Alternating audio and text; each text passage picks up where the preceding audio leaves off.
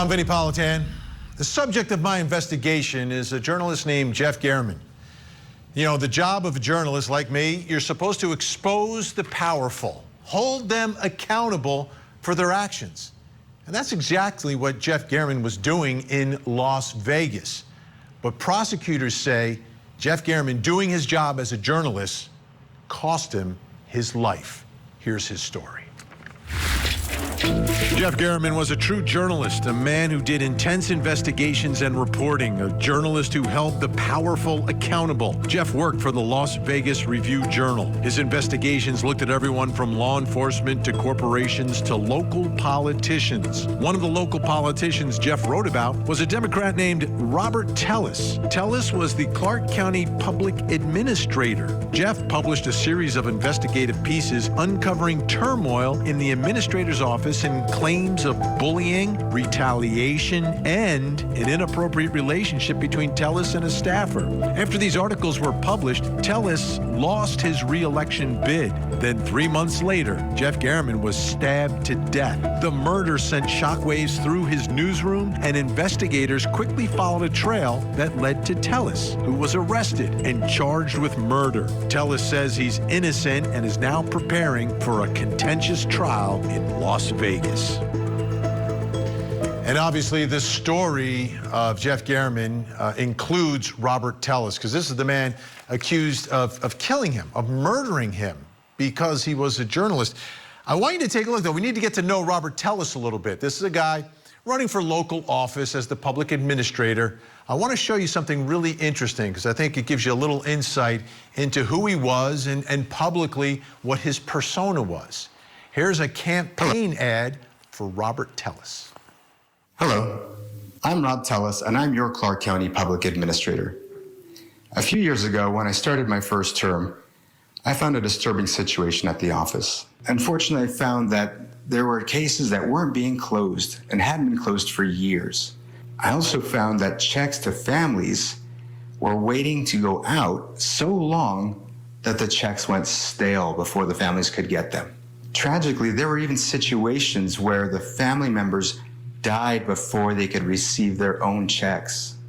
But I'm very happy to say that we've turned that all around under my leadership. My staff and I have increased our customer service levels. We are now closing cases, and we are also making sure that checks get in the hands of families even faster. And we do it for you. I'd like to ask you for your help now. I'd like to ask you to please be sure to vote for me in this year's election. Please be sure to tell your friends and family about it. This is an important race, and I need your help. I'm Rob Tellis, and I'm running for Clark County Public Administrator. Thank you. I am Rob Tellis, and I approve this message. And you saw there at the end the picture with the family and everything else. He's a politician, okay? But there is a little bit of a cheese. There's something about him that just strikes me the wrong way. And obviously, we're looking at this in 2020 hindsight. But let's get to the heart of all this. Really, my first question in this case is, what was he being investigated for? Not by the DA, not by police, but by Jeff German, the investigative journalist. Let me bring in my guests who are going to help us through all this. Retired police commander and host of Profiling Evil, Mike King, is with us. Also joining us, private investigator and founder of Victims News Online, Erica Morse, is with you. Great to have you both here. I want to go through some of this because I want to give you a headline from one of these articles. And Erica Morse, you're a journalist too, you know all about this. Take a look here. The headline of this article was County Office, and there's Jeff German. He's the one who wrote this. He's the victim in the case. County Office in turmoil with secret video and claims of bullying and hostility. I'll read for you the opening paragraph from this. The Clark County Public Administrator's Office, that's Tellis's office, has been mired in turmoil and internal dissension over the past 2 years with allegations of emotional stress, bullying, and favoritism, leading to secret videotaping. You listen to this? Secret videotaping of the boss and a coworker outside the office. Mike King, you've worked for the government. What do you think of this? I mean, this is what journalists are supposed to do, right? Take a look at what's happening in public offices. Exactly, Vinny. And, I think back to my time when I was chief of staff at the Attorney General's office, we would get allegations like this coming in, and you have an obligation to immediately dig into it. But when a news reporter comes and says, hey, I've got some heavy duty stuff here, I've got videotape, I've got people who are willing to come in and talk about problems in the office, feelings of coercion or favoritism, and in this particular case, relationships that are happening inside of the office where someone who has a supervisory role and a position of responsibility and power over a subordinate having a relationship with a subordinate. Those are all big, heavy-duty things. And Erica Morse, for Robert Tellis being the subject of this investigation, right? A lot of people might just read the article and say, okay, yeah, a little bit of political corruption. But for Robert Tellis, this is his life. This is his livelihood that is at stake, and this journalist is not going to stop. This journalist is going to get the story. I love this journalist, and it just breaks my heart where we're at with this. But yes, absolutely. Tell us, listen, his campaign, all of his campaign stuff is family man, wholesome. He also came in as kind of a whistleblower with this whole victim check situation. And the communities don't like it. Voters don't like it when they bring somebody in who seems like a whistleblower, who kind of, I don't know, maybe uncovered other corruption and then use that to launch a bid or get into a public seat. And then a journalist comes along, drills real deep and finds out he's no better than the last guy he just replaced. So the other thing is, we don't know what other secrets may have existed. This could just be the tip of the iceberg. And if it was, Tellis may have just assumed or thought that Gehrman, had drilled down that deep and uncovered other secrets that may not have been exposed yet. We don't know how deep this went. Yeah. This is like a journalist doing real journalism. There's people, he would go after corporations as well. Anyone that had some level of power, right? Someone who has some level of power. Like you and I. Exactly. I want to take a look at something else here. Now, despite Tellis denying allegations of having this inappropriate relationship with a member of the staff, the Las Vegas Review-Journal obtained footage that appears to show Tellis and his employee getting out of the back seat of her car together, both of which were married at the time. Not a great look, rough moment, obviously, for her, but for Robert Tellis, he's in charge of the office. He's the man in charge. What does it tell you, Mike King, if it was co-workers who actually obtained this video? Well, I think it reminds us how important it is that the people in the office understood what was going on. The people in the office had the relationship to hear maybe through the grapevine what was going on, and had the prowess to go out and actually capture the video. They knew when that employee was going to leave and the boss was leaving at the same time. And I think this really shows this power of position power and this position of trust that these leaders have, and the responsibility that they have to avoid even the appearance of evil in something like this. Vinny, I had a lot of meetings in my career. I don't think I ever did them in the backseat of a car with an employee. No, doesn't work that way. Erica, I want to read for you the response from Robert Tellis to all of this. He said, and this is responding to the article in the backseat video, "I think it's horrible that they recorded this, and they're trying to destroy my life and my marriage when I'm actually infinitely in love with my wife. I was just trying to get things off my chest with someone who understands. And now it's being framed as though I'm cheating on my wife." What does that tell you about Robert Tellis? I think there's a level of arrogance here that isn't being addressed. It could be this abuse of power situation or this alleged abuse of power situation. This I'm untouchable, I'm a public official. And I believe his first statement, you know, that this is horrible what they're doing. I believe he believes what he's saying. And so, but I mean, his defense could be, I'm just talking to a friend. We were sitting in the back seat, whatever. We don't know what's going on in their marriage. We just don't know that. So I'm not necessarily willing to go there, but I think that he's very defensive. And I think that from a public perspective, it doesn't look good. Yeah. Well, I think if he's going to get something off his chest, you could do that in the front seat. That's a front seat thing. That's not a back seat thing. I think the only thing that comes off his chest in the back seat is his shirt, maybe. Might be the only thing that comes off there. So, Mike, as we look at all of this and we look at these allegations and what is sort of brewing in the life of Robert Tellis, but also Jeff Garriman at the same time, I can't imagine that this was the first time that Jeff Garriman had gotten under the skin of someone. Oh, yeah. And, you know, I love some of those photos of Garriman because he looks like a really likable and a pretty fun-loving guy, but he's a bulldog and he really digs into stories and undoubtedly has faced other situations where people have maybe reminded him of the power that they have. You're talking Las Vegas here, Vinny.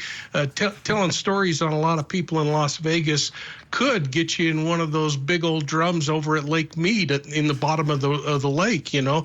And so he clearly understood his job, he understood his role, but he also understood the importance of fairly reporting something and exposing something. And that's really the beauty of journalism, whether politicians like it or not, whether we like it as citizens sometimes.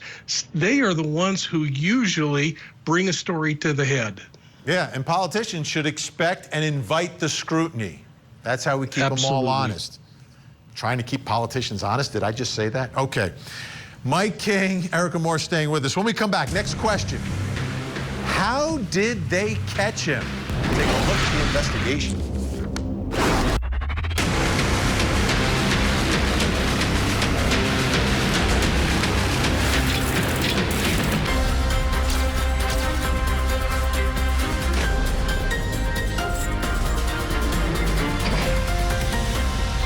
Was a reporter brutally murdered for digging too deep? Once all the evidence comes out, it'll be clear as day. Will Robert Tellis go from elected official to convicted killer? The investigative reporter murder trial begins next week on Court TV.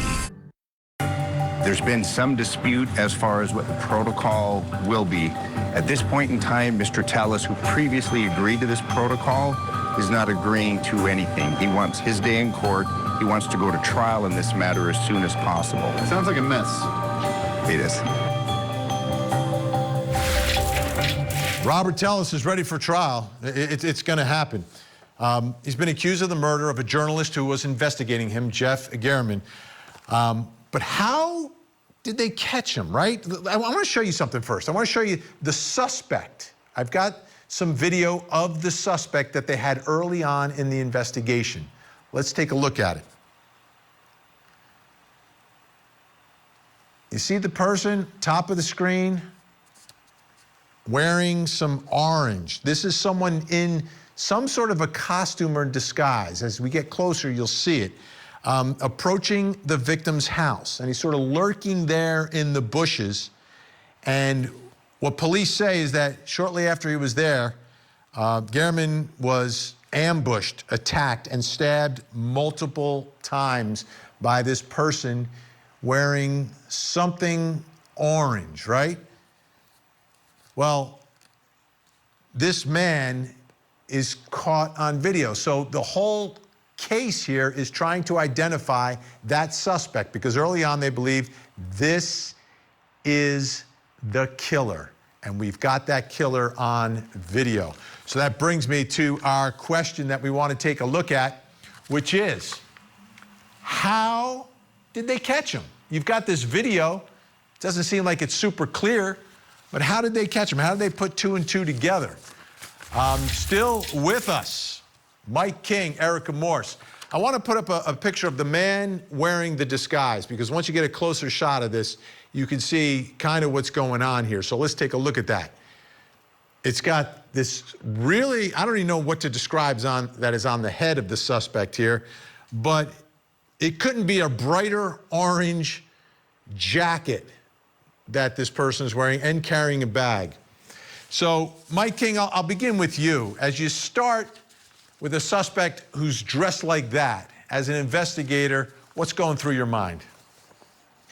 Well, I mean, the first rule of being secretive is not to dress in a big old flashy reflective orange vest and a hat that's going to stand out like crazy, especially knowing what happens a little later into this investigation. But immediately you're wondering, number one, the heat down there. I get that some people dress and do that to protect themselves from the heat, but is this clothing really something effective for those temperatures that they have in Vegas? And frankly, is it something that would even be appropriate? Most predators will take the time to blend into an area. And it's usually when someone doesn't blend into an area that they're ratted out pretty quickly by cameras or by eyewitnesses who happen to see them in the area. They stand out just enough. And that's probably the biggest mistake this guy made from the very beginning. Whether it's Tellis or somebody else, they're really standing out. I'm expecting that big old blue bag to be filled with candy at Halloween, Vinny. It's amazing because, Erica, you know, if anyone saw that person, they're going to remember, oh, yeah, I saw someone in the area, this huge hat and this bright orange jacket.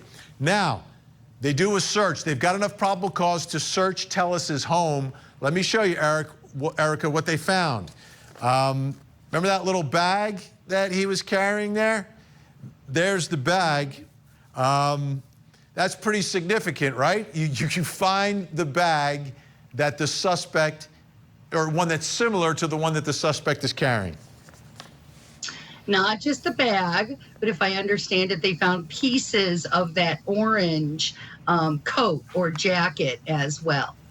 And I don't know if you're going to touch on this, Vinny, but I just have to make a comment about it. With all the photogs and all the cameramen we've worked with over the years, I find it so obvious and so typical that a photog or a cameraman recognized his gait. I have to say that because as a public official, the fact that he tried to cover up his identity that way, there were other aspects of him that gave him away. Absolutely. I want to go back inside of that bag. You've got the hat. That beautiful hat was torn up into pieces, and then they were also able, if you look underneath the words there you go, to get the sneakers as well, or tennis shoes. I don't know which term you use, Mike, but this is incredibly important for this investigation because of the ridiculousness of the hat, the uniqueness of it, plus you've got the shoes, Mike. Yeah, so they've got video at the crime scene of someone wearing shoes that are very similar to the shoe that's seized in the search warrant. But where it really gets tough for this guy to overcome, Vinny, is that now they forensically, according to public documents, have matched the shoe to imprint patterns found at the crime scene. So if and how they find residue like blood residue or debris from the home embedded into the shoe, he's got one incredibly tall mountain to climb. Yeah, Erica, I'm looking at this case. I'm looking at this incredible video evidence, the physical evidence of the hat and the bag and the shoes, and the motive that is so obvious and overwhelming in this case. And I wonder, what is he going to say? What is he going to say? Because I expect him to tell his story. He can't resist the opportunity to speak publicly. It is my understanding that his defense is a police frame job.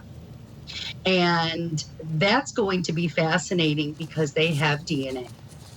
And unless you can show me a lab report that says that the DNA found under the victim's fingernails was either degraded or it wasn't skin cells, he's toast. With all this other evidence and then on top of the DNA match, unless he can prove that this stuff was planted and that you've got a bad DNA sample, I don't see how he can get an acquittal. Yeah, there's something about politicians, you know. At one point, he convinced people to vote for him, Mike. So I guess he's going to try to get 12 more to vote for him as well, but vote not guilty. That's exactly what I'm thinking, Vinny, is this is a guy who has been successful at being a chameleon or telling people the things that they want to hear. He obviously, with the idea that he wants to talk to the judge and represent himself and challenge issues in the courtroom, whether he's got a background or not, he clearly believes that he's the smartest cat on the block. And this is the kind of guy, I believe, that's going to follow the footsteps of an Alec Murdaugh and say, I'm going to take the stand because I am so good at what I do that I can convince this jury it wasn't me. I see it in his eyes. There's just something different about this guy, Erica. Mm-hmm. Oh, absolutely. You know, I've covered a lot of guys like him, a lot of them. And I remember, I'll just say this. I remember when I was a 16-year-old reporter and I got in over my head, and it got so bad that the publisher contacted my parents because of a shell casing left with my name on it. Wow. Because I ticked off the wrong politician. That was 30-some years ago. Wow. Erica Morse, what we're we out do of is time. dangerous. Yeah. We're out of time tonight. You're safe tonight. Erica Morse, Mike King, thank you so much. I'm Vinnie Politan. We'll keep digging for answers as the investigation continues.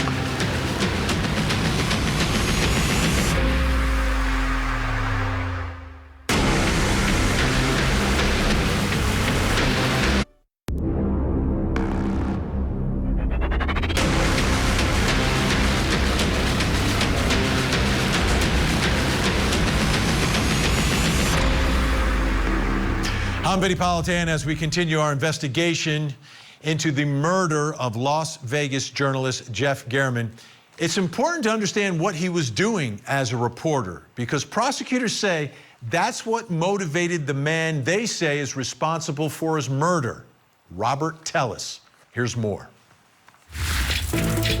Robert Tellis was a lawyer and politician in Clark County, Nevada. He was also a family man. Jeff German was a hard-nosed investigative journalist who had a reputation for exposing corruption in Las Vegas. One of the subjects of Jeff's investigations was Robert Tellis. So when Jeff was brutally murdered, police looked at Tellis and then arrested him for the stabbing. Tellis says he's innocent and is getting ready to fight those charges inside a courtroom. So how do you go from lawyer and politician and family man to murderer? I think it's important to understand what's going on inside the mind of Robert Tellis. I want to take a look now. This is fascinating. After he got arrested for the murder, he's in jail waiting for his trial, and he does an interview with a local journalist. Take a listen. What do you have to say for the charge you're facing now? Unfortunately, I can't comment on it, obviously, given that it's ongoing, and I hope you understand. Are you able to talk about you and your wife now? You guys work together? Again, we have a wonderful relationship. I mean, obviously, you know, things are a little difficult here with respect to working together per se, but we love each other very much. You know, and well, how would you describe your relationship with German? You know, I didn't have a relationship with Mr. German per se. So. Did you ever try to work with him on any stories in the past? No, sir. I guess DNA evidence and certain evidence found at home, your home, links you to this. What do you have to say about that? Yeah, unfortunately, I can't comment on the case. I'm sorry. What would you say to those past allegations of a hostile work environment and sexual misconduct in the workplace? I've laid all that out on the website. It's false. And, you know, the work that we did in that office was was very important, very good. We did have a lot of accomplishments. We were able to change laws to support families in probate. The office was running very, very well, and unfortunately, there were some folks who just weren't happy with the changes because it affected their pocketbooks, and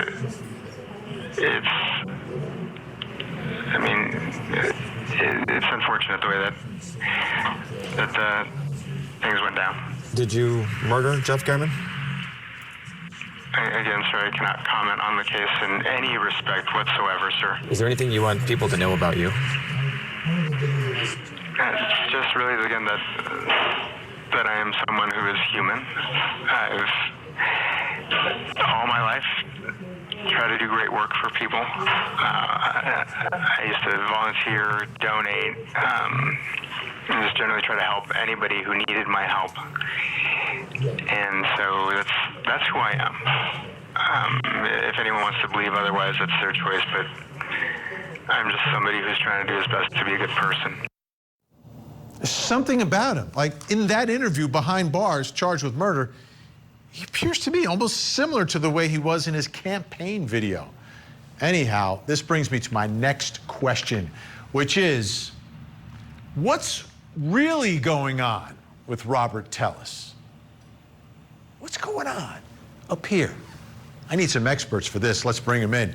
Clinical and forensic neuropsychologist, associate professor at Pepperdine University, and author of the book, The New Rules of Attachment. Dr. Judy Ho is with us. Also joining us, board-certified forensic psychiatrist, trial expert witness, and columnist, Dr. Carol Lieberman. Welcome to you both. I need your help tonight. What's really going on with Robert Tellis, Dr. Judy? Very interesting, Vinny. He is so, in many ways, in demeanor, the opposite of what his former co-workers alleged, that he was a bully, that he would intimidate them, say the worst things to them. And some of the plaintiffs in the lawsuit are saying that they were driven to start feeling like they were depressed, constantly anxious, shaking whenever they saw him coming to work, that they even thought about contemplating suicide, right? And then you look at this person, of course, in a very controlled situation. He allowed this interview. He's doing some PR here, I think. And he's kind of docile. He's very nice. His demeanor is calm. And despite the reporter essentially needling him a bit and saying, hey, I want to talk a little bit about the case. Can you tell me anything? He's staying super calm. And I think he's trying to convey that, hey, I'm not this person that everybody thinks I am. I'm not this monster. Dr. Carol Lieberman, what do you think's really going on with Robert Tellis? There's good people that go into politics. Then there's not so good people that also go into politics. But when you do that, you want to make yourself very public. So is that any sort of a read into what's going on with this guy? Well, he is a very interesting guy. First of all, a lot of the people who were interviewed who knew him way back when say that they don't recognize him now, that he's very different. And he comes from a family of politicians. His father was a politician, and he got into some kind of a scandal regarding bribery. And then he has other relatives who, got to be particularly elected in El Paso or appointed. And then even just recently, his cousin was appointed to be the ambassador to Costa Rica. So there's a lot of competition amongst the family. Like he wanted to be a politician too, perhaps surpass them, perhaps show that he wasn't like his father. He wasn't going to have a scandal. Of course, now he does. But it's really interesting. I mean, I think that he has a lot of narcissistic qualities. He has a lot of histrionic qualities. He seems rather borderline. He has a temper, a very hair-trigger temper. And there are a number of things, that's why I say there are a number of things that come together that make me say that he's borderline. But one thing, you don't, a woman scorned, there's nothing, what's that sentence? there's no fury. No, hell hath no fury like a woman scorned. Thank you. Because the two women in his office who were the biggest sources for Mr. Gurman's articles were two women who were jealous of his relationship with the other woman in the back of the car. Now, I'm not saying necessarily that they were attracted to him or wanted to be in a relationship with him, but they were jealous of his favoritism inside the office. I want to play, and by the way, Dr. Lieberman, I think a family of politicians, maybe we identified here a genetic defect that he has. But let's do this. Let's take a look at Robert Tellis, because at one point in this case, and he may still do it, was representing himself. Here he is inside the courtroom. It appears that they were visiting me simply to make sure that I received a message that if I don't shut my mouth, I'm going to be subject to constant watch, which constant watch, the report may know, is basically being thrown into a windowless room that is set somewhere between 60 and 65 degrees with no clothes on, 100% nude, with a thin, coarse blanket and no books, no entertainment whatsoever. It really is, when someone makes that threat, it's a serious threat. So I am concerned, and I say this to you on the record now, because should something happen to me in the future, or something happen in my legal work, I want everyone to know that this is no accident. I really am dumbfounded how the DA could justify continuing prosecution of the case, unless, frankly, the DA intends to help LVMPD cover up the severity of the misconduct. Dr. Judy Ho, what did you think of that? It almost sounded like he thought he was going to fall some fate that some guy named Epstein may have fallen. Yeah, of course, now he's the victim, right? And of course he would represent himself in trial. I mean, I get that he's also supposedly seeking counsel to represent him, but of course he's thinking, hey, I have a law degree, I'll just represent myself because I know everything and I know how to defend myself. But notice his demeanor, even in his presentation, there's that emotional emphaticness. It's like trying to drawing you in. He's a good speaker, right? He tries to captivate people, and I think that he's trying to do the same here. All right, our guests are staying with us. When we come back, our next question we're going to take a look at was his life unraveling? I did not touch anybody. I haven't hurt anybody. I am just being approached, and like, you guys just want to take me down because I'm a public official. It's really important for Scripps News reporters to live where they are reporting. You get to talk to people from all different backgrounds. We do stories with people regardless of the political persuasions. We're coming here as people, as your neighbors. We know best what's happening in our communities. And that's why I wake up every morning, is I hope I can deliver folks information so they can make an educated decision. I'm Forrest Saunders. Ben Brown. Jake Burns. Rachel Louise Just. Alex Miller, Scripps News. Watch Scripps News live with an antenna or on your favorite streaming app. Unfortunately, I can't comment on it, obviously, given that it's ongoing, and I hope you understand. And unfortunately, I can't comment on the case. I'm sorry. Again, sir, I cannot comment on the case in any respect whatsoever, sir. And I unfortunately can't comment on it. Again, my apologies, but I really can't comment on it. And I can't comment, I'm sorry. Just wanted folks to know that, again, I'm just a guy who's trying to do his best. You know your life is a mess when you are locked up in jail, accused of murder, and you decide to do an interview, and you really can't talk about anything, but you want to speak. That's the world of Robert Tellis, accused of murdering a Las Vegas journalist, investigative journalist, Jeff Garriman, who was doing some pieces on him.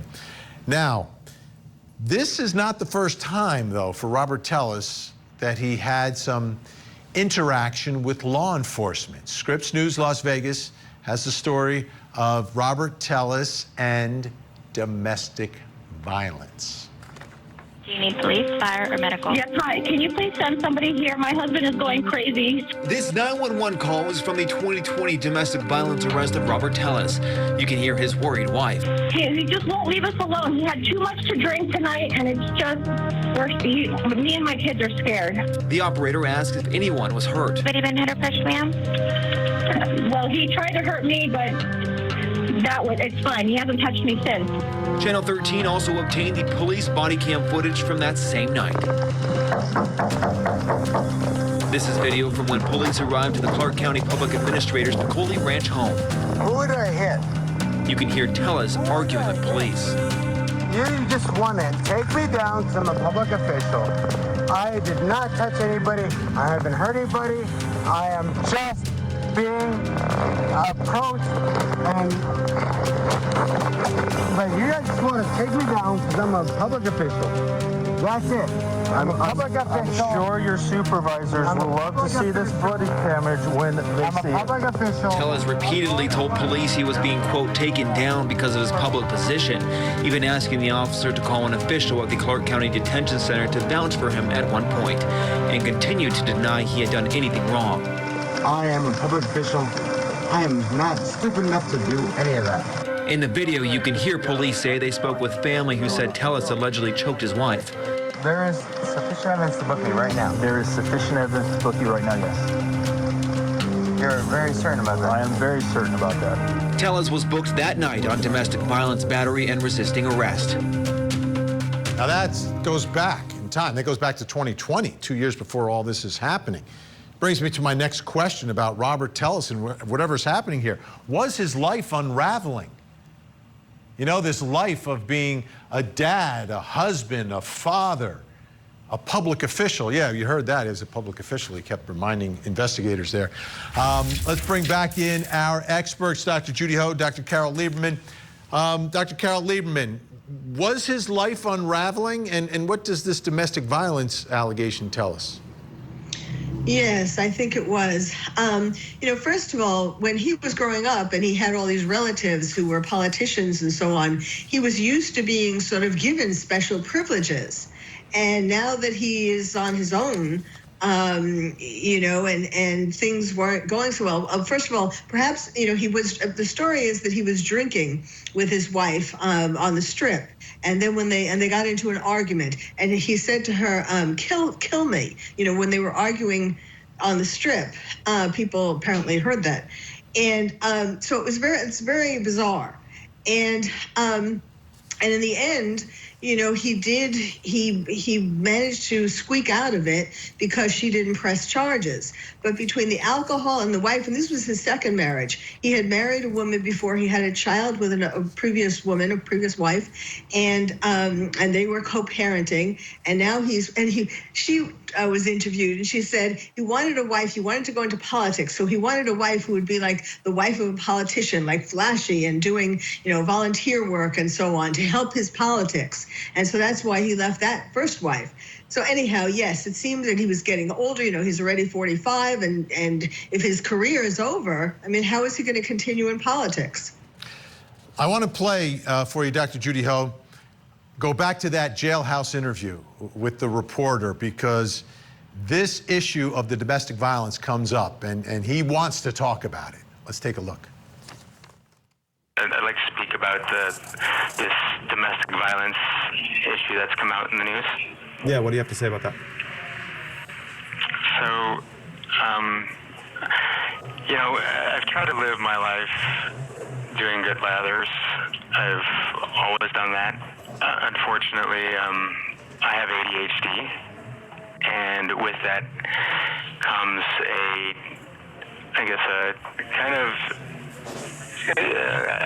tendency to go overboard when it comes to, eating things, or when I was a little kid, I was fat, and when I got older, when I started drinking, I would drink one drink, but one would turn into a dozen before I knew it. I just would drink until I blacked out, and for a long time. And then, of course, I didn't drink every day.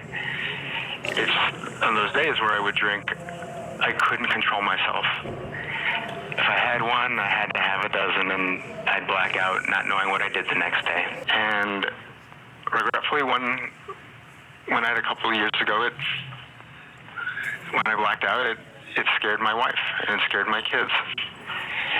I didn't hurt them, but I scared them enough to call the police on me. And after that day, I stopped drinking. I said, I'm not perfect, and I just wanted to try to, I just want to try to do my best and be the best person I can be. And all right, I think you have some things to work with there, Dr. Judy Ho. Oh boy, Vinny. So yes, let's blame his extreme rage issues all on his ADHD. Let's just create more misconceptions about what ADHD might look like. And then it was just like a meandering set of historical events. Who knows which ones have happened from, oh, I was a fat kid. I'm not sure if he's trying to get some sympathy there or some support, and saying, well, I just drank too much and I blacked out. So again, that lack of responsibility for what happened that night, and saying, okay, my wife and my kids were scared. But when you listen to the 911 tape, it is so vivid the way that she's communicating that fear. She's saying he's going crazy. We don't know what to do. The kids had to pry him off of her because he wouldn't let go of his wife, and he was being menacing towards her. I mean, the kids were involved. That's traumatic for them. And his only excuse is, I have ADHD, I was a fat child, and maybe I have a drinking problem, but when I drink, I black out. And I don't remember what happened, but it must not have been that bad because I'm a good person. I want to take another look at those backseat images of Tellus's alleged affair obtained by the Las Vegas Review-Journal. And as we look at them, Dr. Carol Lieberman, is there any connection between the drinking, the alleged domestic violence, the alleged affair, in what is going on in the life of Robert Tellus? He's out of control. All of those are examples of ways that his life is out of control. And yes, I want to underline that this is not from ADHD. You do not have these kinds of behaviors. You can't blame it on that. So, Dr. Judy Ho, we look at Robert Tellus, we look at his life, we know where he is now, getting ready to defend himself for murder. How do you see all of these issues playing off one another that's going on in his life? Well, I think that one of his strategies is going to try to elicit sympathy from the jury and the public. I think he understands that there's going to be a court of public opinion here, and he's trying to get on the good side of that public opinion and hopefully sway the jury also in that process. And Vinny, this is somebody who knows how to manipulate the public to a degree, right? He was an elected official. People believed in him, believed in at least somewhat an inherent goodness in him. And then behind closed doors, the stories that you were hearing from the people who really interacted with him, from his family to the people who worked for him, it's an extremely different picture. And I think that for as long as this trial goes on, we're going to start seeing the splits in that. He's not going to be able to hold it all together the entire time. Yeah, and I believe he will not be able to resist taking the stand in his own defense, whether he is or is not representing himself. He will make that decision. I want to thank our guest, forensic neuropsychologist, Dr. Judy Ho. Be sure to check out her book, The New Rules of Attachment. And also a big thank you to forensic psychiatrist, Dr. Carol Lieberman.